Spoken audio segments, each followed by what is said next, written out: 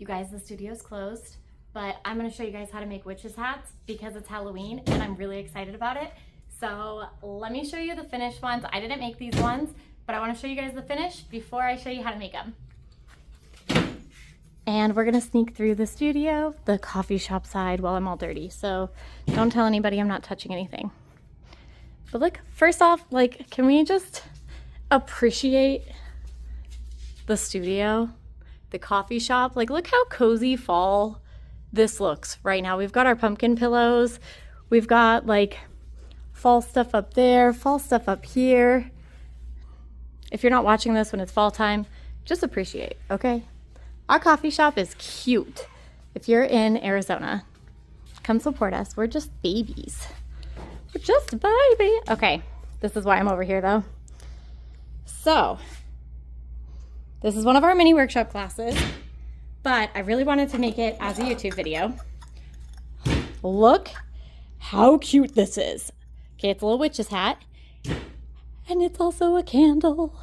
So this makes me so happy. I love it.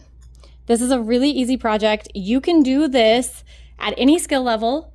You can do this with polymer clay, you can do this with air dry clay, whatever kind of clay you have at home. This one is for you.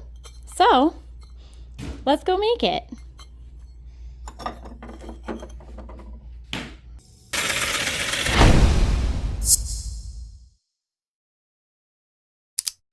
All right, you guys, so let's get to it. First things first, we need a chunk, maybe like 1.5 inches thick. 2 inches. I didn't really measure, but I feel like it's like 1.5 inches. And that is going to be enough to make one full witch's hat. So we're going to tie this baby back up, and you always want to use fresh clay. Don't use recycled clay because it is more short and it will crack. And when you're hand building, you do not want that. So now we are wiping down everything because we have to slap this down and slab it out before we put it in our roller here, and I apparently was struggling. So we are gonna pull this and roll it and then get it a little bit thicker. So when you're doing it, you really want to kind of make it long first and then put it horizontally in the roller. Our little slab roller is over here, so let's go and I will show you. We're gonna bring this guy over here and open up this canvas and put it the long side horizontal and give yourself a little bit of room. So when you are like actually rolling it, it doesn't get stuck under the roller. So we're gonna roll this, and if you don't have a roller, it is 1/4 inch thick. And that is a great hand building size whenever you're making any project, is about 1/4 inch.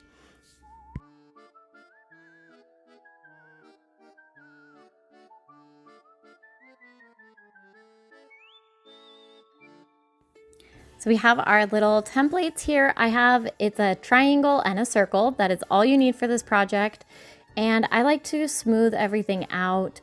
You can use whatever you have handy. I love using the actual like little metal scrapers because if you get them nice and clean and you just squish this, it's so much less work than trying to individually like nitpick it, and then it's just done. And then I'm gonna flip it over. As I was doing this, I realized you really don't have to flip it over and smooth it out because you're not going to see the inside of this project at all. So it doesn't really matter if one side is smooth. As long as you have that outer side that you are using that is smooth, you are good to go. So we're going to smooth this out, and then we're going to use our templates, and we're actually going to cut out our little pieces. Whenever we're hand building, we want to really make sure that we're using a metal pin tool, not a wooden one.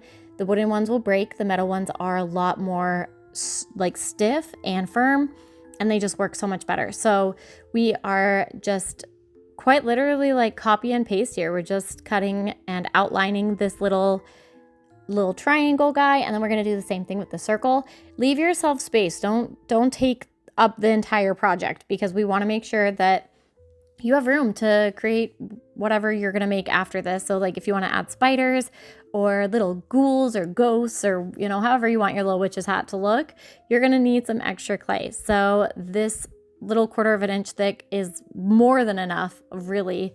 Whenever you're slab building, you always end up wasting more clay, unfortunately, but then we can recycle it. So it's all good there. We're not messing around here. So now we have our little cutouts, and we're gonna make the witch's hat first. So when you are trying to figure out, it's a tea light. So if you are using, a stamp, whatever kind of stamp, I was trying to see if I like the stars, but they looked a little too flowery, and I felt like it needed to be more scary and spooky than flowery. So I found just a straw, and I'm just gonna cut circles out. Whenever I do this, I twist as I push in, twist and push in, and get that created there, so then it is all good. And this is just the starting. You don't want to do this after you already folded it and created it, because it's going to be really hard to do the cutouts once it's already folded and upright. You want to make sure to do this right, while it's flat. And then you can go in and use your little serrated rib, your little metal serrated rib, and score the sides.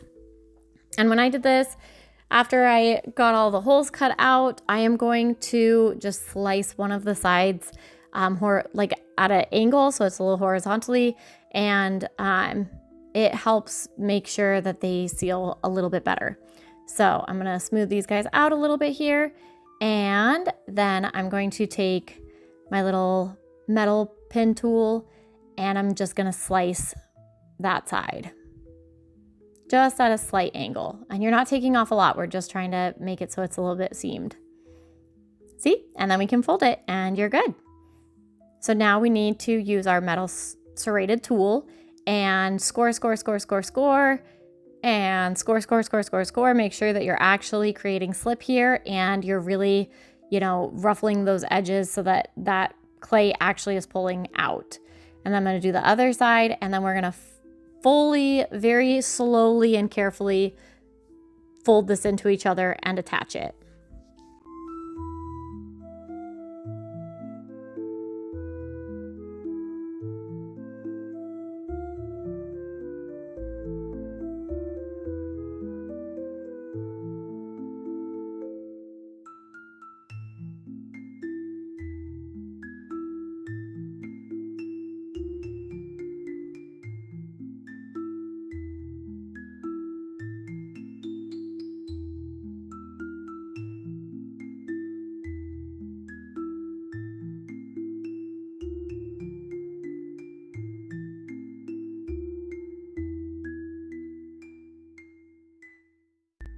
As we're attaching, I'm just squishing these and really making sure it is attached.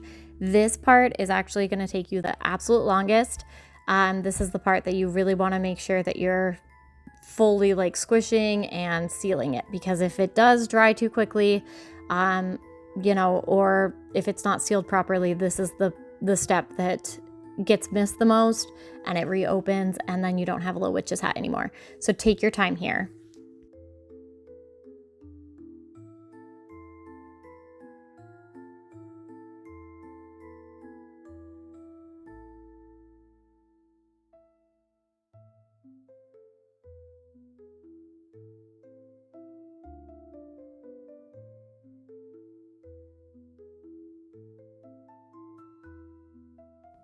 Once you are done, I haven't showed you guys how to make the base yet, but you do want to make sure to push out the edges at the base so that it is actually going to fit. So I'll show you guys that in just a second, but you are going to make sure to add a little bit of water to your hands because you don't want it dry as you're pushing the little skirt out. And this is just going to make it so it fits better on your little cup and or where the tea light is going to go. So that's what I'm going to show you now. I have a tiny little strip that I'm just rolling that I cut from my little slab up there. I'm going to roll this out. I have the tea light and I'm going to just use that as a guide. But first I'm going to get this damp. I'm going to score it, attach it, and make sure that it is a little bit bigger than the tea light itself, or else it will not fit once it shrinks. So make sure to give yourself a good little bit of room.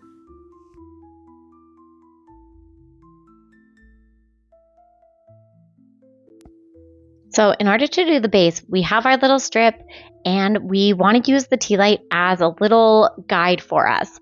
So we're going to put it right in the middle, and use that as this little circle that we don't want to go through. So we want to make sure to give us room.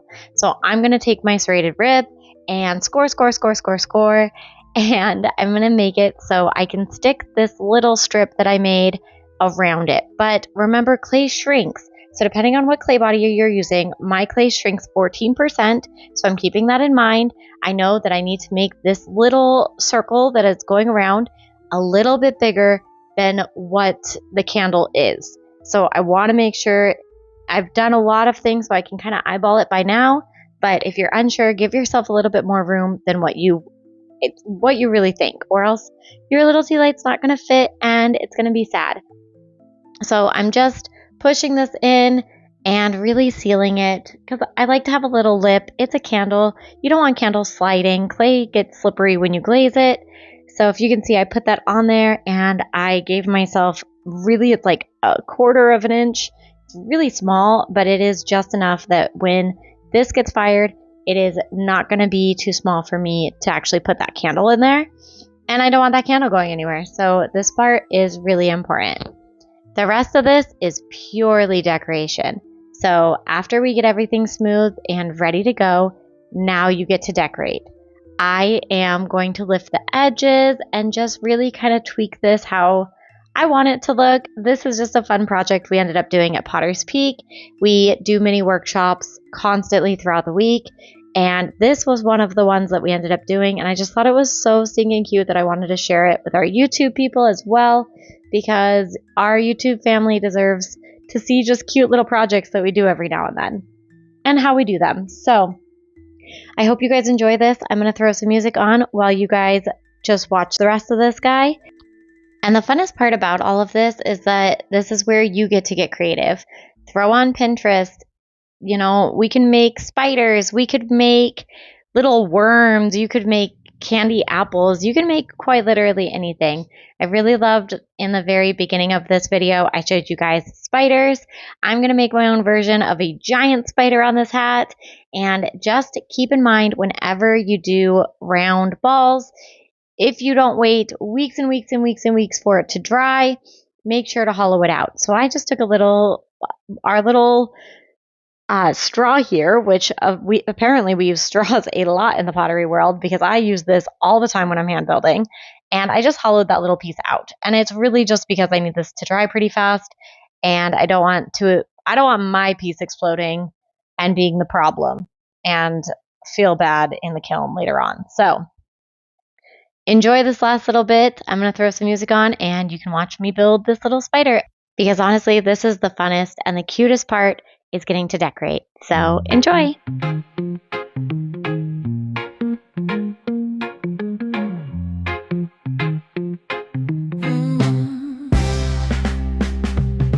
Lanterns glow, pumpkins light the way, shadows walk the streets in costume parade. Knocks at the door, a haunting sound, trick or treat echoes all around.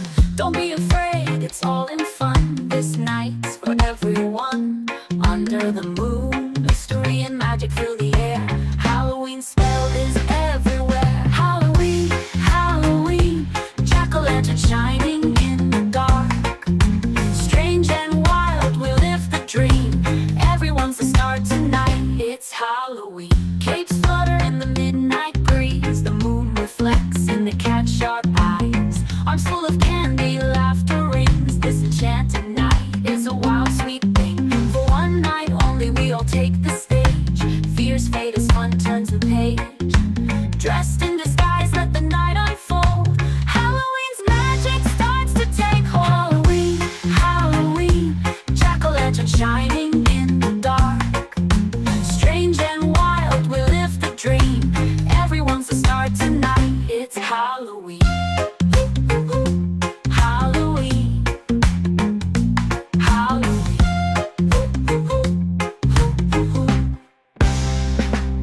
Under the stars, the parade marches on. Laughter echoes filling the town. Halloween's magic lingers through the night as the moon stays high, holding back the light. Don't fear the shadows, embrace the thrill. This moment's ours, time stands still. For just one night, let the adventure run. Halloween's dream has just